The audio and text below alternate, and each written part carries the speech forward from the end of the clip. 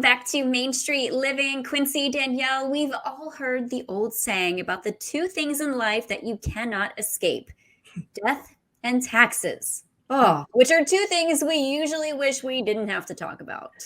Yes, but it turns out that if we spend just a little more time thinking about our taxes, it could save us some real cash when it's time to pay up. Our resident tax expert is here with some advice.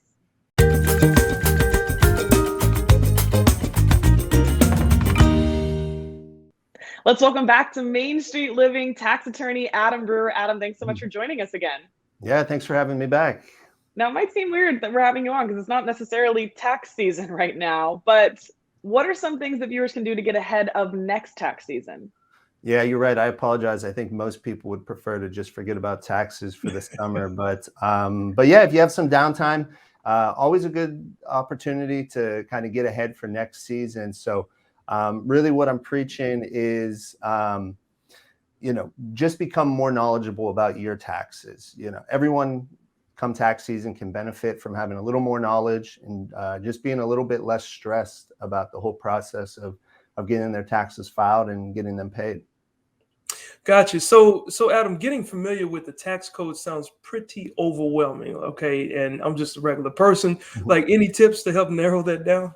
Yeah, no, the tax code it's a ridiculous set of rules. So I'm not advocating, bust out the tax code and start reading it at the beach. Really what we're saying is 99% of the tax code, it's not going to apply to the average taxpayer. They don't need to know it. There's a rule in there about excluding the value of your Olympic gold medal. Most people aren't going to need that one, unfortunately. So really what we're saying is just be concerned about the relatively few tax rules that impact your own tax return. Gotcha. Absolutely. So where can we find the tax code? I'm assuming there are different codes for different states as well as the federal code.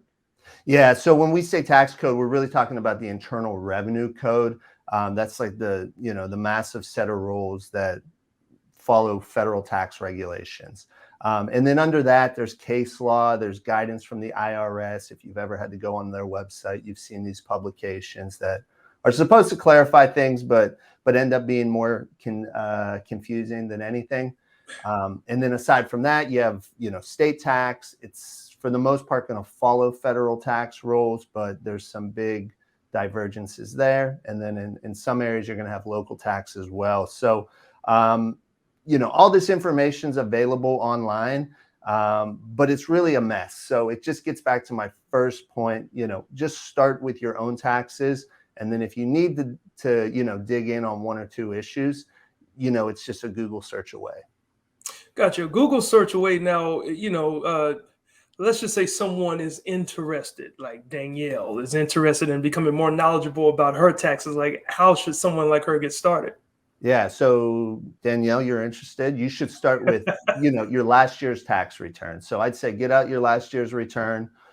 Form 1040 is, going to be the first page there. And really look and see what lines are populated. And then, make sure you understand those roles. So if you have dividend income and you see, what's a qualified dividend, go in and figure it out. Likewise, if you see anything that's missing. So, a lot of taxpayers now are paying a ton in student loan interest. And then they look at their tax return and they go like, whoa, that's limited to $2,500. That would be a role that you'd want to dig in and really figure out how it impacts your actual tax return. Gotcha. Danielle, I'll be sending mine to you, Danielle. Yeah. Okay. Yeah. And I personally, I have at least 4 or 5 jobs a year, it seems. So taxes are a mess for me. So definitely something worth digging into earlier ahead of time. So that when tax season comes, I'm really just doing the logistics of putting it together as opposed to looking everything up. So once a viewer kind of does that and knows about the tax rules that are impacting their return, from there, what should they do?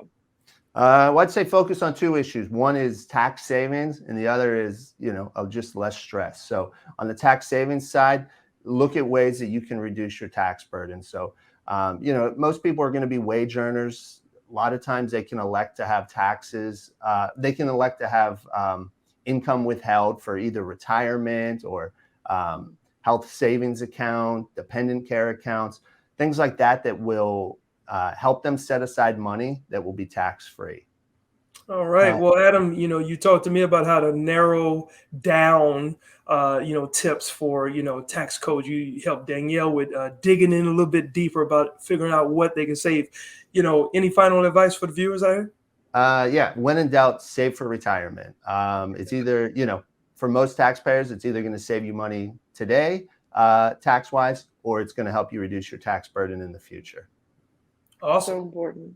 Thank you. Thank you so much, Adam. We appreciate you. Yeah, thank you. Awesome.